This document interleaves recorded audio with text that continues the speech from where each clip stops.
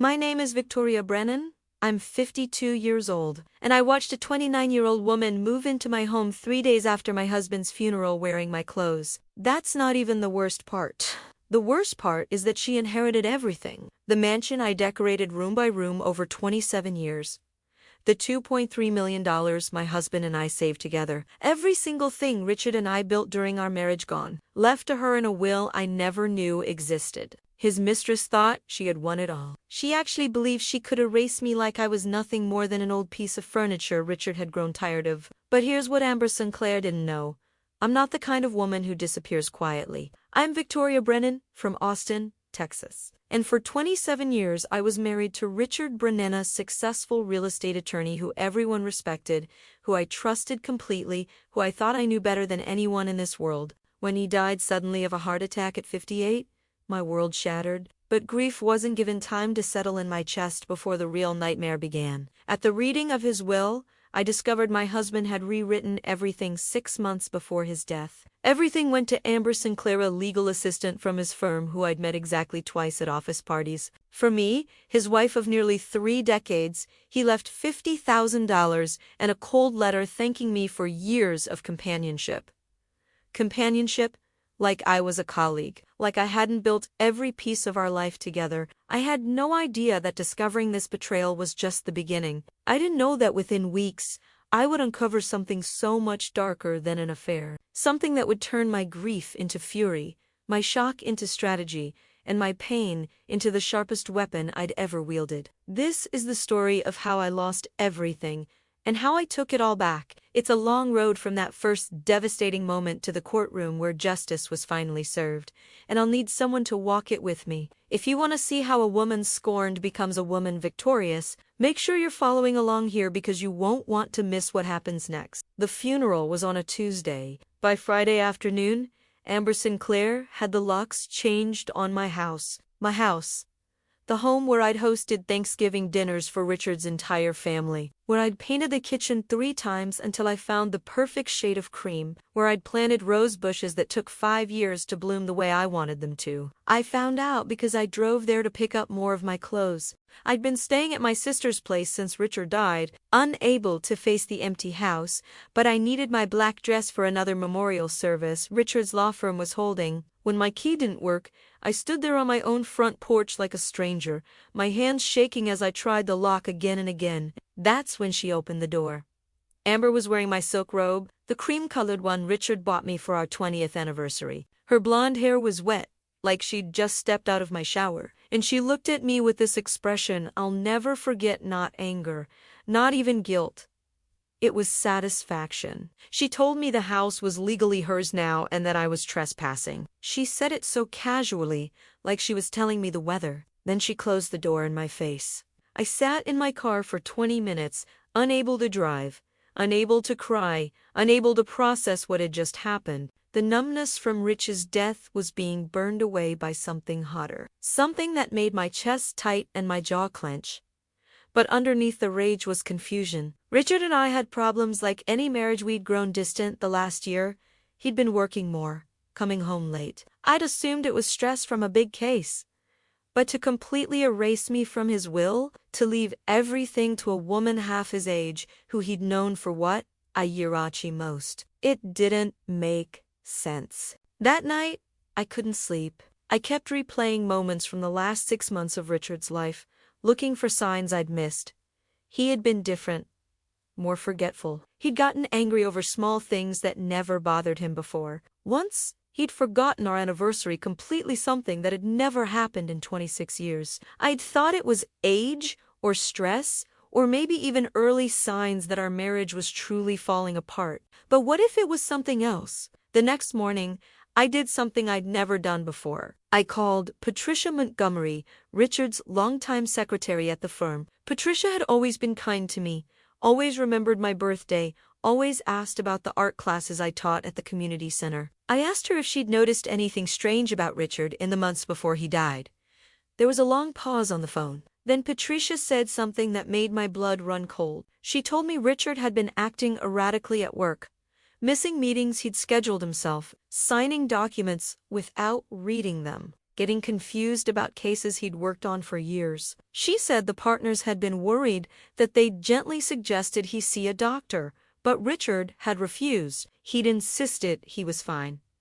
And then Patricia said something else. Something that felt like a piece of a puzzle I didn't know I was solving. She told me that Amber had been the one scheduling all of Richard's appointments in those final months. That Amber had started coming to the office earlier and staying later, always hovering around Richard's desk. That Amber had been the one who drove Richard to his personal attorney's office the day he changed his will. Remembered because Richard had told her to clear his afternoon, but he wouldn't say why. When I asked Patricia why she was telling me all this now, she said something I'll never forget. She said she'd always thought it was strange that a man who'd proudly displayed my photo on his desk for 27 years had suddenly taken it down and replaced it with nothing. That was the moment everything shifted. This wasn't just about an affair. This wasn't just about a younger woman stealing my husband's attention. This was something calculated, something planned. And if Amber thought I was just going to walk away and let her enjoy the life she'd stolen from me, she was about to learn exactly how wrong she was. I had no idea what I would find, but I knew one thing for certain. I was going to start digging, and I wasn't going to stop until I uncovered the truth. I needed to get back into that house. Not just because it was mine, not just because Amber parading around in my life made me sick, but because I knew Richard kept files in his home office. Personal files, medical records, financial documents, things he never took to the firm. If there was proof that something had been wrong with him, proof that he wasn't thinking clearly when he changed that will, it would be in that office. The problem was getting past Amber. I spent 2 days watching the house from my car parked down the street, feeling like a criminal in my own neighborhood. I learned her patterns. She left every morning around 9:30. Always dressed in clothes I recognized as mine, always driving Richard's Mercedes like she owned it. Which, legally, she did. On Wednesday morning, I waited until she left, then I walked around to the back of the house. The spare key we'd always hidden under the third garden stone was still there. My hands were shaking so badly I could barely fit it in the lock. The house smelled different. Her perfume, something heavy and sweet that Richard never would have liked, had replaced the lavender sachets I'd kept in every room. There were wine glasses in the sink, takeout containers on the counter. She'd already made my home unrecognizable, but I didn't have time to process the violation. I went straight to Richard's office. The room looked like it hadn't been touched. Amber probably had no interest in boring legal files and medical paperwork. I started with his filing cabinet, my heart pounding so hard I could hear it in my ears. That's when I found the first piece of the puzzle. Tucked in a folder labeled Personal, 2023 was a letter from Dr. Samuel Chun at Austin Neurological Center. The date was 8 months before Richard died. I had to read it 3 times before my brain could accept what it said. Richard had been diagnosed with a frontal lobe brain tumor. Inoperable, slow growth, but aggressive enough that Dr. Chun had warned it would affect his judgment, his impulse control, his decision-making abilities. The letter strongly recommended Richard inform his family and consider stepping back from making major legal or financial decisions. Richard had never told me. Not one word. I stood there holding that letter, and suddenly everything made sense. The personality changes, the forgetfulness, the irrational anger, the complete abandonment of our life together. It wasn't Richard making those choices. It was a man whose brain was literally being destroyed from the inside. But if Richard's judgment was compromised, then that wall, that horrible will that gave everything to Amber, wasn't valid.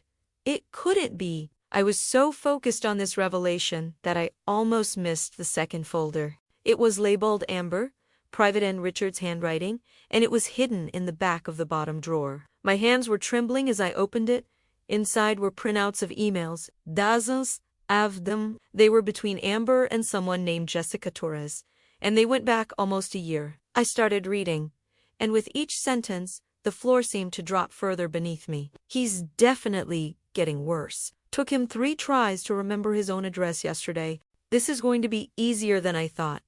I reminded him again how much his wife doesn't appreciate him. He actually teared up. God, men are so pathetic when they're vulnerable. Met with the estate attorney today. Richard thinks it was his idea to update the will. He has no clue. I've been planting that seed for months. Jessica, this is IT. The big one. $2.3 million plus the house. We split it 60-40 like we agreed. Then I'm done with this town and these sad old men forever. I had to sit down. My legs literally wouldn't hold me anymore. This wasn't an affair. This wasn't even opportunism. This was a calculated, premeditated scheme to exploit a dying man and steal his fortune. And these emails proved it. But there was more in the folder, background check documents that Richard must have requested before he got too sick to think clearly. Documents that showed Amber Sinclair wasn't even her real name. Her birth name was Amber Chun, and there was a police report from Californian investigation into elder fraud, no charges filed. References to 2 other men, both over 55, both wealthy, both dead now. Richard had figured it out. Before the tumor got too bad, before Amber sank her claws in too deep, he'd discovered what she was. That's why he'd printed these emails. Why he'd hidden this folder. He'd been trying to protect me, but he'd run out of time. I took photos of everything with my phone, my hands shaking so badly some of the pictures were blurred. Then I put everything back exactly as I'd found it and got out of that house as fast as I could. I sat in my car 3 blocks away and let myself cry for the first time since Richard died. Not just for losing him, but for what had been done to him, for how he'd been manipulated and used when he was at his most vulnerable. But underneath the grief, something else was building, something cold and sharp and absolutely certain. Amber Sinclair thought she'd won. She thought she'd played the perfect game. She had no idea that I'd just found every single card she'd been hiding. And now? Now it was my turn to play. I needed a lawyer. Not just any lawyer, the best estate litigation attorney in Texas. That's how I found Diane Rodriguez. Her office was in downtown Austin, all glass walls and expensive art, the kind of place that screamed success. When I sat across from her and laid out everything I'd found, the medical records, the emails, the background on Amber's previous target, Diane didn't flinch. She just nodded slowly, her dark eyes calculating. She told me we had a case. A strong one. But she also told me something that made my stomach drop. Building this case would take time. Months, maybe. We needed more evidence, more documentation, proof that would hold up in court beyond any doubt. And in the meantime, I had to do something that felt impossible. I had to act normal around Amber.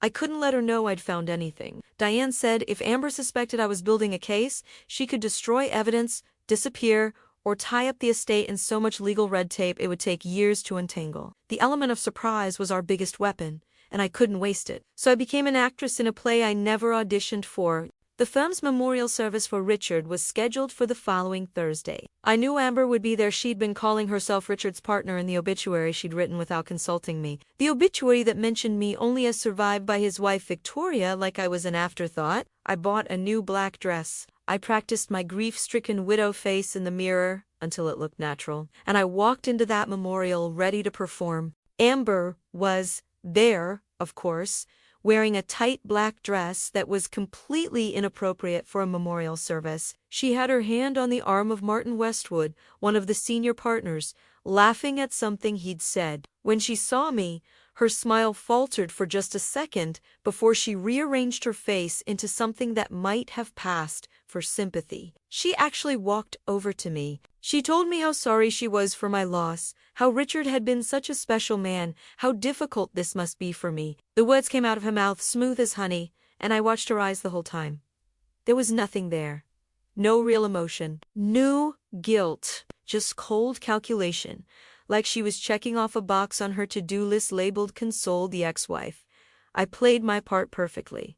I thanked her softly. I told her I appreciated her being there. I even managed to make my voice crack a little when I said Richard's name. Then she said something that I wasn't prepared for. She leaned in close, like we were sharing a secret, and she told me that Richard had talked about me near the end, that he'd felt guilty about how things turned out, that he'd wanted to leave me more, but he'd been so worried about my spending habits, about whether I'd be responsible with the money. My spending habits. I'd worked as an art teacher for 20 years. I'd saved every bonus Reacher ever got. I'd been the one tracking our investments, planning our retirement, making sure we lived within our means even when Richard wanted to splurge on expensive watches or golf club memberships. She was rewriting history, creating a narrative where Richard was the responsible one and I was the reckless wife who couldn't be trusted. And she was doing it to my face with a smile. But here's what Amber didn't know. When you think you've already won, you get careless. As she was talking, her phone buzzed. She glanced at it, and I caught the name on the screen before she turned it away. Jessica Torres, the friend from the emails. The person she was planning to split my money with. Amber looked back at me, and for just a second, something flickered across her face. Not guilt, more like amusement. Like she was enjoying this. Like playing the concerned friend to the woman she'd destroyed was the most entertaining thing she'd done all week. That's when she made her mistake. She told me she hoped I'd be okay financially, that $50,000 should be enough to get me started somewhere new. She said Richard had been very specific about wanting me to start fresh away from Austin, away from all the memories. But here's the thing. I'd read Richard's actual will, the one Amber had engineered. It didn't say anything about me starting fresh or leaving Austin. Amber was adding details that didn't exist, which meant she was getting comfortable, getting confident, inventing a story she thought I'd never be able to challenge. She was telling me exactly what she and Richard had supposedly discussed in private conversations I now knew had happened while Richard's brain was literally deteriorating, while she was manipulating every word and thought. I nodded.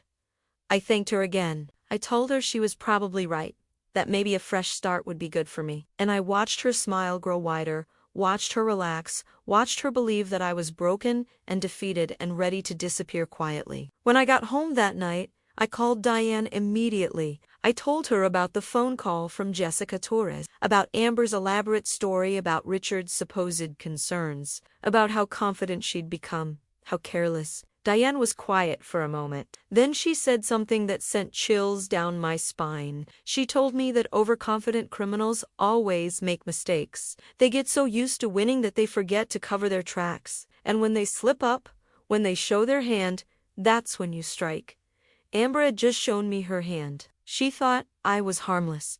She thought I was defeated. She thought the game was over. But the game was just beginning, and she'd just handed me the weapon I needed to destroy her. Diane Rodriguez didn't waste time. Within a week of our first meeting, she had a private investigator named Marcus Chun on the case. No relation to Amber's real last name, but the coincidence felt almost poetic. Marcus specialized in fraud cases, and when Diane showed him the emails I'd photographed, his whole demeanor changed. He told us this wasn't amateur hour, this was a professional operation. Marcus started digging into Amber's past, and what he found made the emails look like just the tip of the iceberg. Amber Chun, born in Sacramento in 1994, had been running variations of this scam since she was 23 years old. There was Robert Morrison in San Diego, 72, widowed, dead of a stroke 3 years ago. He'd changed his will 2 months before he died, leaving his beachfront property to a close friend named Amber Sinclair.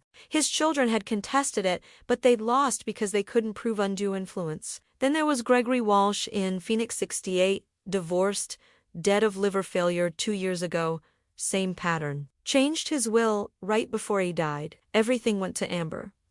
His ex-wife had tried to fight it, but Amber had disappeared before the case went anywhere. Richard was number 3. The biggest score yet. But here's what made my hands shake. When Marcus showed me his report, both Robert Morrison and Gregory Walsh had documented medical issues affecting their cognitive function. Robert had been in early-stage dementia. Gregory had been on medication that affected his judgment after a botched surgery. Amber had a type. She hunted vulnerable men with money and declining mental capacity.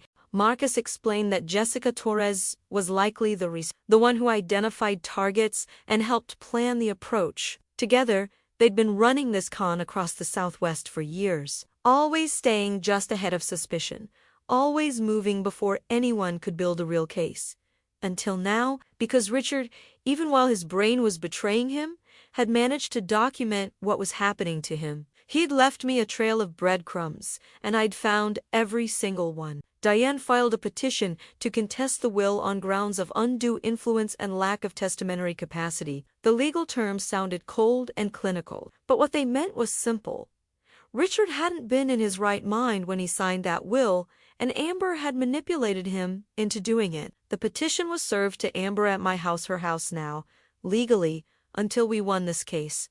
I wanted to be there when she got it. I wanted to see her face when she realized I wasn't going away quietly. But Diane advised against it. She reminded me that we needed Amber to feel safe, to keep making mistakes, to keep believing she'd already won.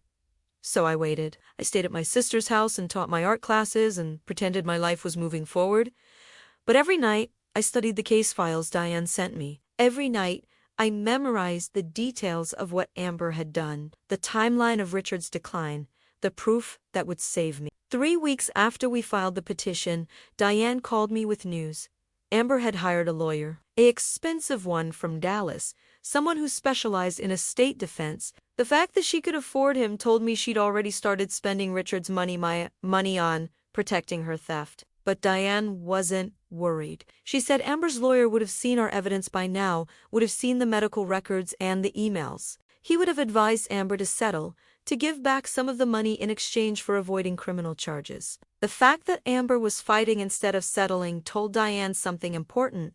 Amber genuinely believed she could win. That's when Diane explained the real strategy to me. We weren't just fighting to invalidate the will, we were building a criminal case. Every piece of evidence we gathered, every witness we interviewed, every document we uncovered, it was all going to the district attorney's office. Diane had already made contact with a prosecutor who specialized in elder fraud. Even if we somehow lost the civil case, even if some judge decided Richard's will should stand, Amber was going to face criminal charges for what she'd done.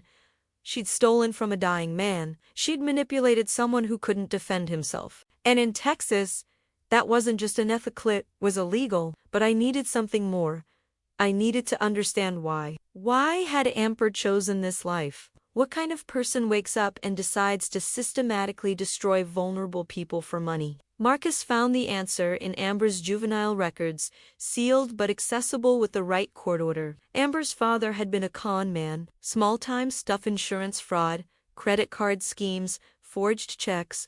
He'd taught her everything he knew before he died in prison when she was 16. Her mother had disappeared years earlier. Amber had been in and out of foster care, always in trouble, always running scams even as a teenager. She'd learned early that people were marks, that emotions were tools, that the world was just a game where the smartest player won. Reading that history, I almost felt sorry for her.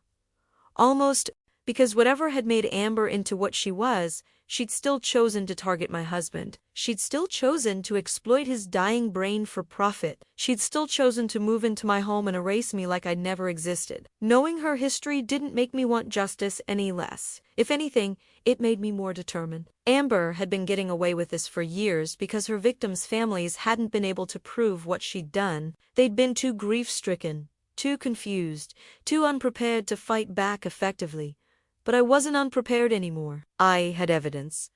I had a brilliant lawyer. I had a private investigator who'd traced Amber's entire criminal history. And I had something Amber's previous victims hadn't had: time. Robert Morrison and Gregory Walsh had died suddenly. Their families had been caught off guard, scrambling to contest wills without preparation, without understanding what they were really fighting against. But Richard's death, as horrible as it was, had given me a chance to be strategic, to build an airtight case, to make absolutely sure that when we went to court, we'd win.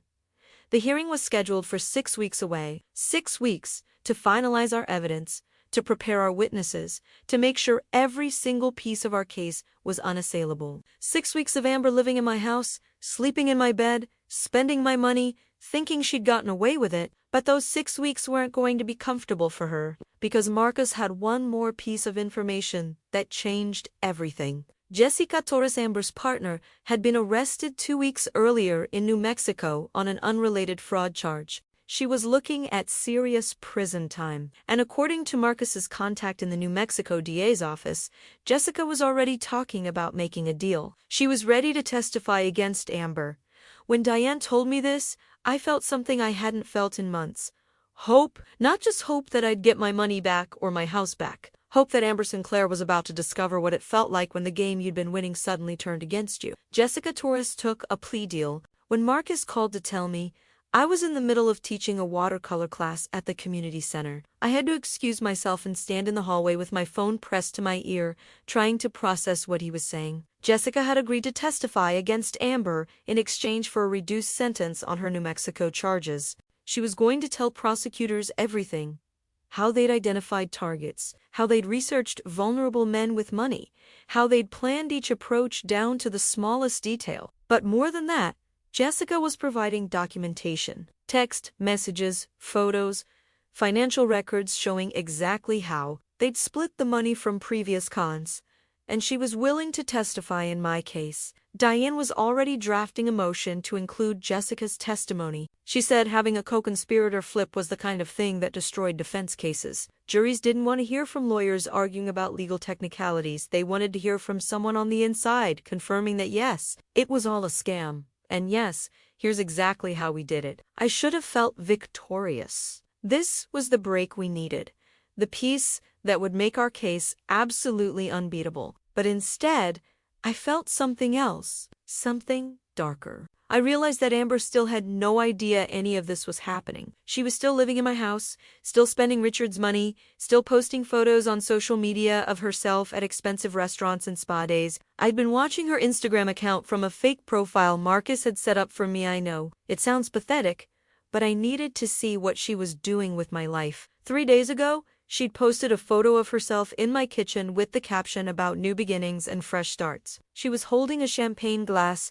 wearing my diamond bracelet, standing in front of the stove where I'd cooked thousands of meals for Richard. The comments were full of people congratulating her, telling her she deserved happiness, saying Richard must have loved her so much to leave her everything. Nobody knew the truth. To the world, Amber was just a young woman who'd been left a fortune by her older lover. People might have judged the age gap or whispered about the affair, but nobody suspected what had really happened. Diane told me we needed one more thing to make our case absolutely bulletproof: Richard's medical testimony from before he got too sick. She'd subpoenaed all of Dr. Choon's records, and buried in the appointment notes was something extraordinary. 4 months before Richard changed his will, he'd told Dr. Choon that he was worried about his judgment. He'd said he was noticing changes in himself, that he felt like he was making decisions he didn't fully understand, that sometimes he couldn't remember why he'd agreed to things.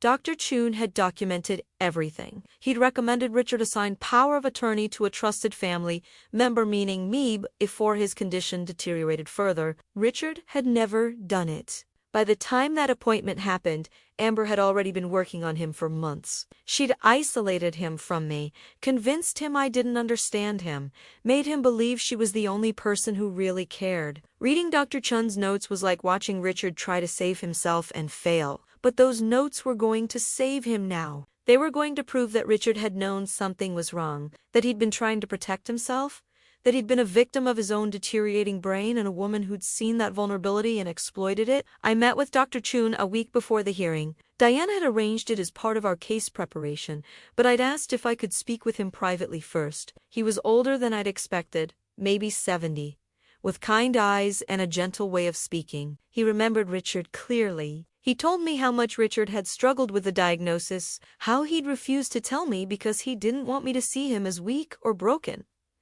Dr. Choon said Richard had talked about me in their appointments, about how we'd met in college, how I'd supported him through law school, how I'd been his partner in everything. He said Richard had been terrified of losing himself, of becoming someone I wouldn't recognize. I cried in Dr. Choon's office, and I'm not ashamed to admit it, because hearing that Richard had still loved me, that his brain had been betraying both of us, that the man who'd built a life with me had been horrified by what was happening to him, changed something. I'd been so angry at Richard for the affair, for the will, for choosing Amber over me. But sitting there listening to Dr. Choon, I realized Richard hadn't chosen anything. His ability to choose had been stolen from him, first by a tumor and then by a predator who'd seen her opportunity. My anger shifted. It moved away from Richard's memory and focused entirely on the woman who'd done this to him. To us?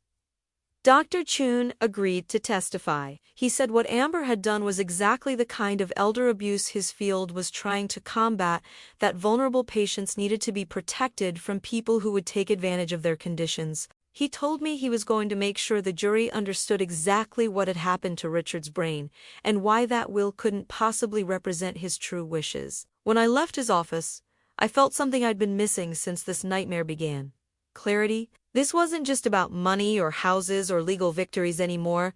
This was about protecting Richard's memory, about making sure the world knew he'd been a victim, not a man who'd abandoned his wife for a younger woman, about ensuring that Amber couldn't twist the narrative into some tragic love story where she was the grieving girlfriend and I was the bitter ex-wife. The truth mattered. Richard's dignity mattered. And I was going to fight for both. 2 weeks before the hearing, Diane called with one final piece of news. The district attorney had officially opened a criminal investigation into Amber. They were looking at charges of theft by deception, exploitation of an elderly or disabled person, and fraud. If convicted, she could face up to 20 years in prison. Diane said we needed to decide whether to tell Amber's lawyer about the criminal investigation before the hearing. It might pressure them into settling, into giving everything back voluntarily to avoid criminal charges. But I didn't want a settlement. I didn't want Amber to slink away with some of the money and a slap on the wrist. I wanted her exposed. I wanted a courtroom full of people to hear what she'd done. I wanted it on the public record forever, that Amber Chun was a con artist who'd targeted dying men for their money. So, we didn't tell her. We walked into that hearing with every piece of ammunition we had, ready to destroy her case completely. And Amber still had no idea what was coming. The night before the hearing, I couldn't sleep. I lay in my sister's guest room staring at the ceiling, running through everything that could go wrong. What if the judge didn't believe us? What if Amber's lawyer found some technicality that invalidated our evidence? What if Jessica Torres changed her mind about testifying? But underneath the anxiety was something else. Something cold and steady that had been building for months. I was ready. I'd spent weeks preparing with Diane, going over every question I might be asked on the stand. Every detail of my marriage to Richard, every moment I could remember from the last year of his life. I'd practiced keeping my composure, practiced telling the story clearly and calmly, practiced not breaking down when they showed me Richard's medical records or the emails Amber had written about him. Diane had warned me that Amber's lawyer would try to make me look bitter and vindictive. They'd suggest I was just a scorned wife making up lies because I couldn't accept that Richard had chosen someone else. They'd try to paint Amber as a woman who'd genuinely cared for Richard and me, as someone too proud to admit my marriage had failed. I was prepared for all of it. What I wasn't prepared for was seeing Amber walk into that courtroom. She'd changed her appearance. The blonde hair was darker now, more brown than gold. She wore a conservative navy suit that looked nothing like the tight dresses and designer clothes I'd seen on her Instagram. She'd even put on glasses. I'd never seen her wear glasses before. She looked like a paralegal, professional, and understated. She was playing a role, just like she'd done with Richard, the grieving girlfriend, the respectable professional who'd happened to fall in love with her older colleague. When our eyes met across the courtroom, she didn't look away. She held my gaze for 3 long seconds, and I saw something flicker there. Not guilt.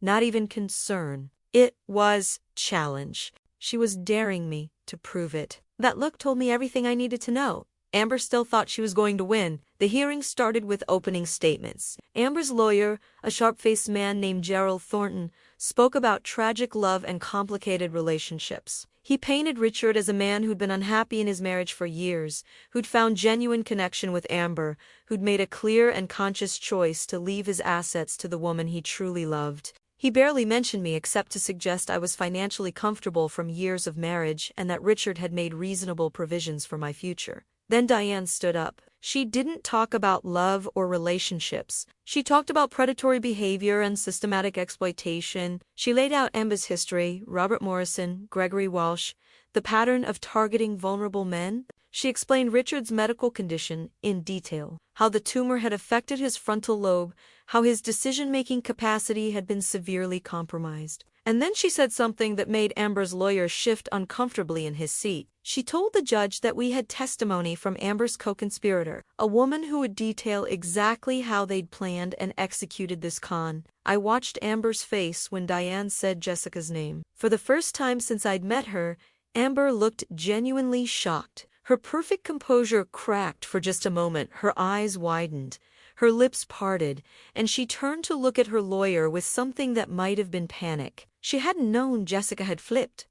She'd thought her partner would stay loyal. But loyalty doesn't mean much when you're facing 20 years in prison. The judge, a woman in her 60s named Margaret Hart, listened to both sides with no expression on her face. Then she asked to see the medical evidence and the emails. We spent the next hour going through documents, Dr. Chun's appointment notes, the brain scans showing Richard's tumor, the neurological assessments proving his cognitive decline, and then, page by page, the emails between Amber and Jessica. I watched Judge Hartwell's face as she read them. I watched her expression change from neutral to troubled to something that looked like disgust. When she finally looked up, she asked Amber's lawyer a simple question. How did he explain those emails? Thornton tried. Haley did. He suggested the emails were taken out of context, that they were jokes between friends, that they didn't prove anything about Amber's actual intentions or actions. But Judge Hartwell wasn't buying it. I could see it in her eyes. Then Diane called her first witness, Dr. Samuel Chun. Dr. Chun explained Richard's condition in terms anyone could understand. He talked about how frontal lobe damage affects judgment, how patients often become susceptible to manipulation, how they can make decisions completely contrary to their established values and beliefs without understanding why. He said Richard had specifically expressed concern about his judgment in their appointments, that Richard had been aware something was wrong but hadn't been able to stop it, and then Dr. Chun said something that made me grip the edge of my seat. He said that, in his professional opinion, based on 30 years of treating neurological patients, Richard Brennan had lacked the mental capacity to make a valid will in the months before his death, that any major decision Richard made during that period should be viewed as potentially compromised by his condition. Amber's lawyer tried to challenge him, but Dr. Chun was unshakable. He had the medical records, he had the brain scans, he had decades of expertise.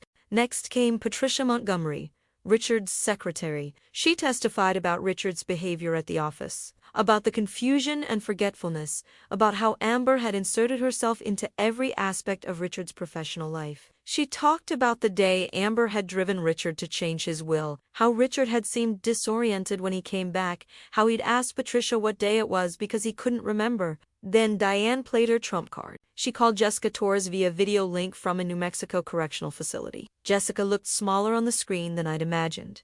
Younger. She couldn't have been more than 30. But when she started talking, her voice was clear and steady. She told the judge everything, how she and Amber had met in Las Vegas 5 years ago, how they'd started running cons together, how they'd developed a system for identifying and targeting wealthy men with medical vulnerabilities.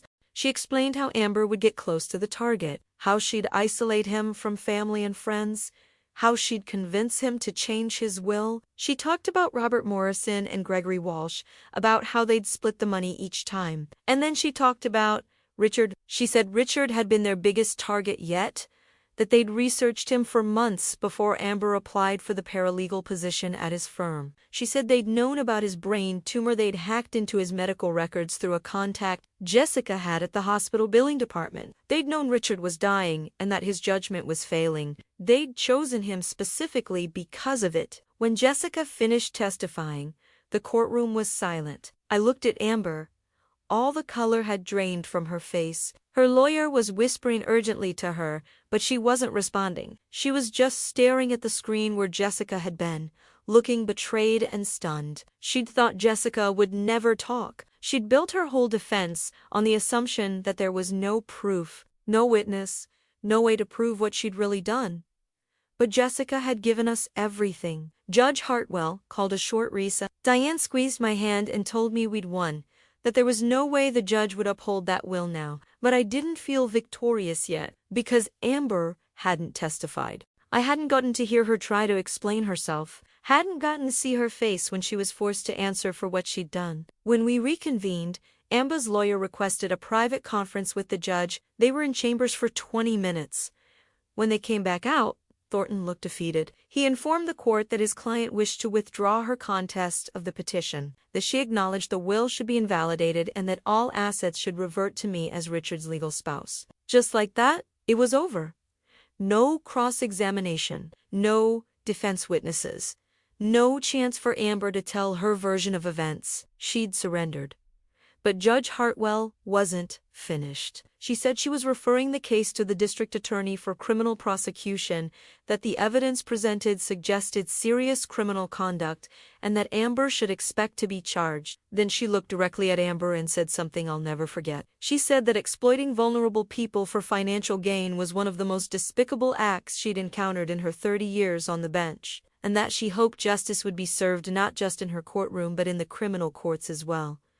I watched Amber's face crumble. All the confidence, all the calculation, all the cold control. She finally understood that she hadn't just lost the money. She was going to prison. The paperwork took 3 weeks. 3 weeks of lawyers and bank transfers and property deeds being refiled in my name. 3 weeks of Amber being ordered to vacate my house immediately, to return every asset she'd taken, to account for every dollar she'd spent. She'd already burned through almost $200,000, designer clothes, luxury vacations, a new car she'd bought cash, money that had taken Richard and me years to save, gone in a matter of months on a lifestyle she'd never earned. The court ordered her to repay it all. When her lawyer pointed out she didn't have that kind of money anymore, Judge Hartwell had been unsympathetic. She'd set up a payment plan that would garnish Amber's wages for the next decade, assuming Amber wasn't in prison for most of that time. But the money wasn't what I cared about anymore.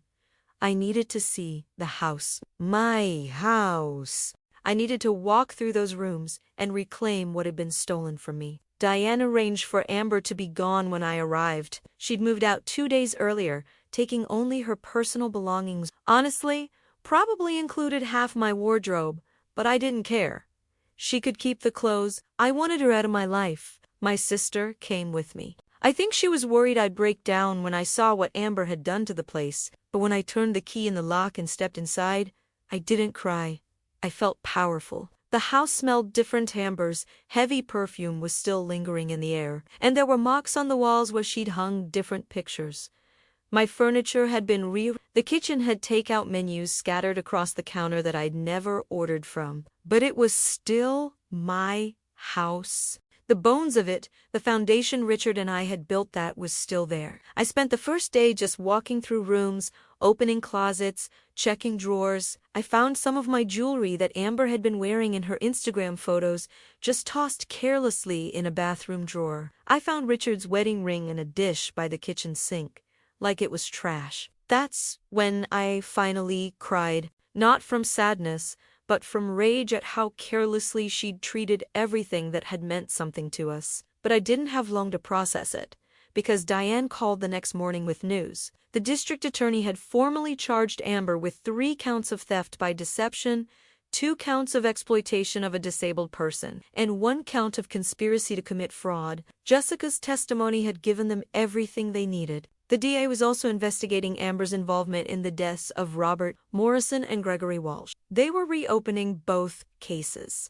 looking for evidence that Amber hadn't just manipulated them but might have actively hastened their deaths to secure the inheritances faster. I hadn't even considered that possibility. The thought made me physically ill. But there was more. The national news had picked up the story. Diane said a reporter from CNN had called her office, wanting to do a segment on elder fraud and financial abuse of people with cognitive decline. They wanted to interview me, to have me tell Richard's story as a warning to other families. I said no immediately. The thought of cameras, of strangers dissecting my pain and Richard's victimization, couldn't stomach it. But Diane asked me to reconsider. She said cases like this happened every day, that vulnerable people were being targeted by predators just like Amber, and that most families never got justice because they didn't know what to look for or how to fight back. She said Richard's story could save someone else. I thought about it for 3 days, and then I said yes. The interview aired 2 weeks later. I sat in my living room, My actual living room, in my own house, San told Richard's story to millions of people.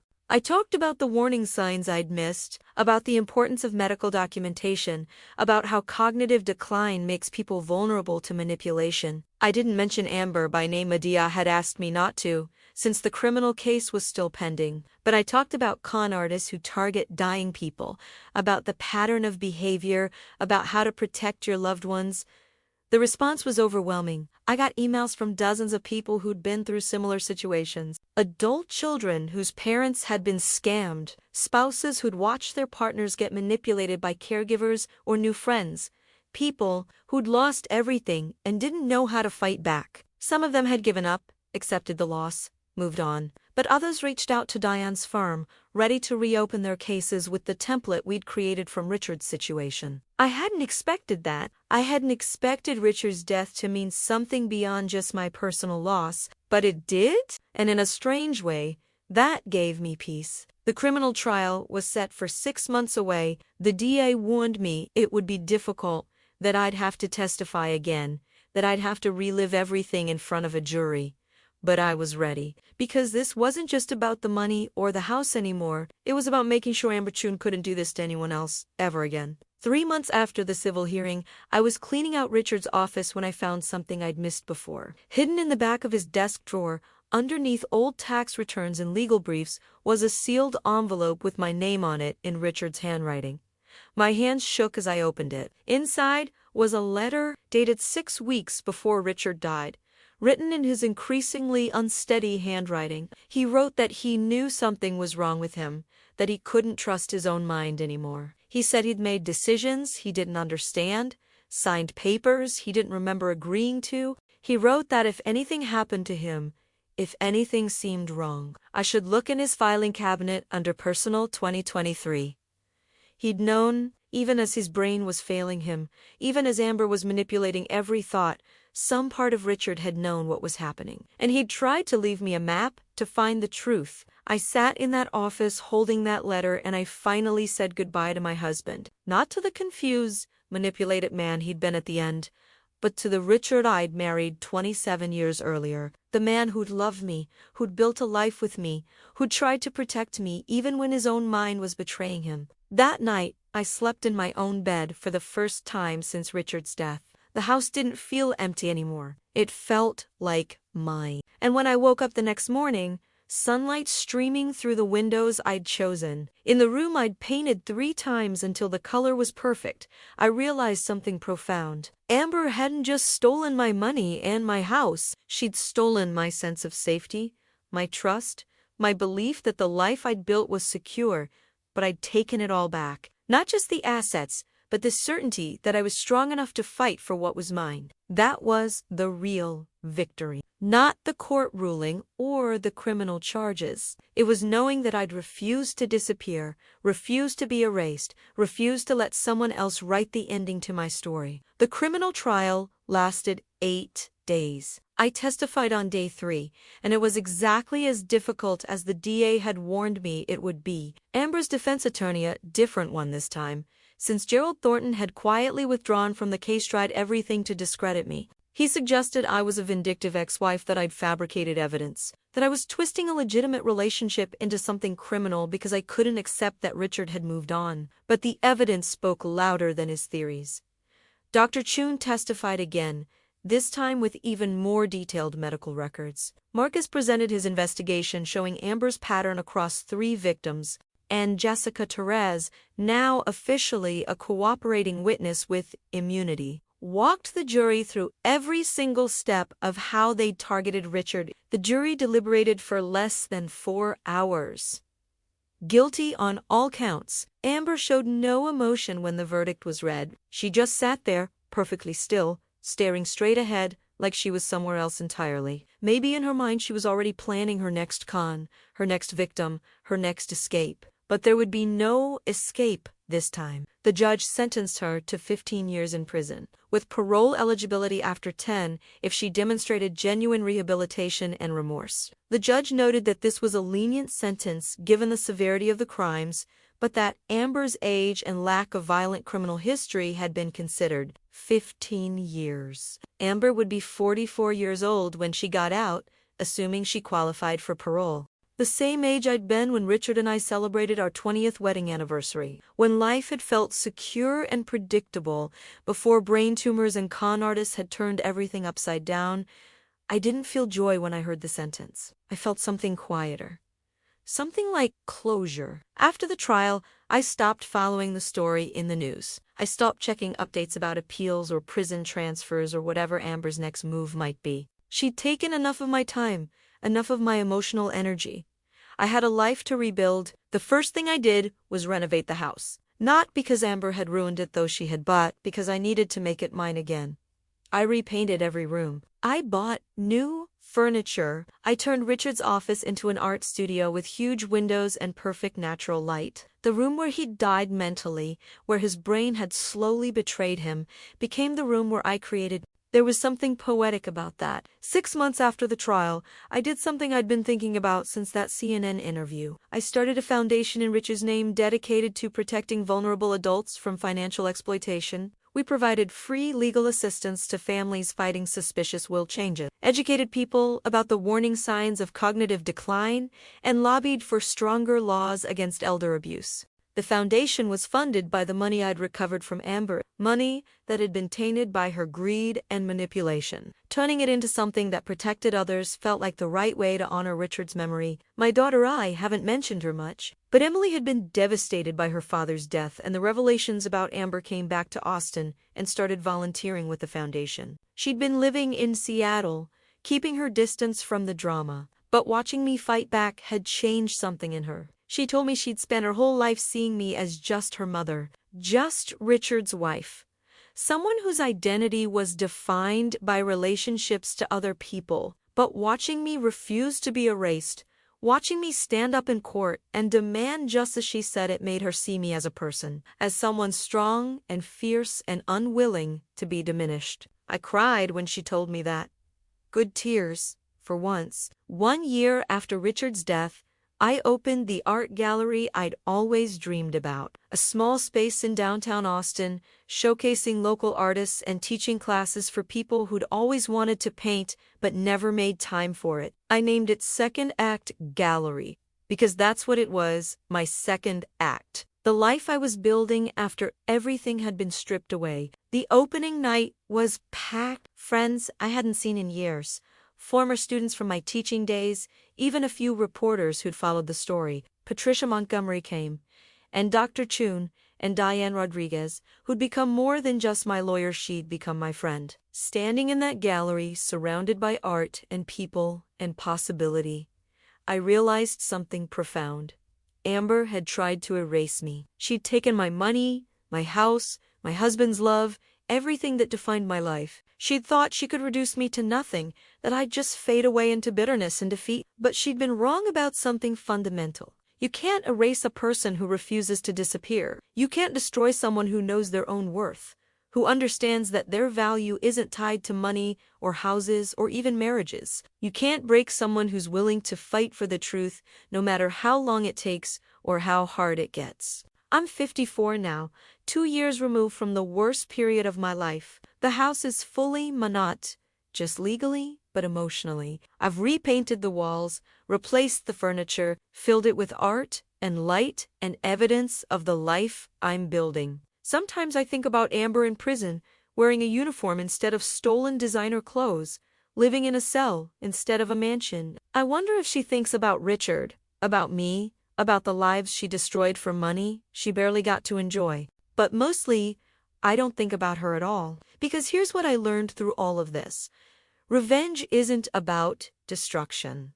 It's about restoration. It's about taking back what was stolen, exposing the truth, and making sure justice is served. Real revenge is living well. It's refusing to let someone else's cruelty define you. It's turning pain into purpose and loss into something meaningful. Amber thought she'd won. She thought she'd gotten away with the perfect con. But she underestimated one critical thing. A woman who spent 27 years building a life doesn't let go without a fight. And when that woman decides to fight back, when she has truth on her side and determination in her heart, she doesn't just win. She transforms.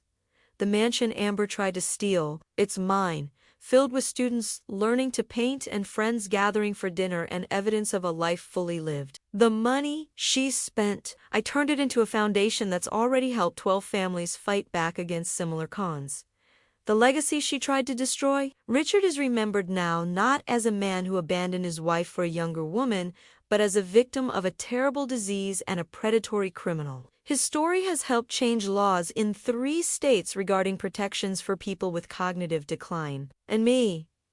I'm not Richard's widow anymore, defined by loss and grief. I'm not the woman who almost lost everything. I'm Victoria Brennan. I'm an artist, a gallery owner, a founder of a foundation that protects vulnerable people. I'm someone who faced the worst kind of betrayal and came out stronger. That's my revenge. That's my victory. And it's so much sweeter than anything Amber Sinclair ever stole from me.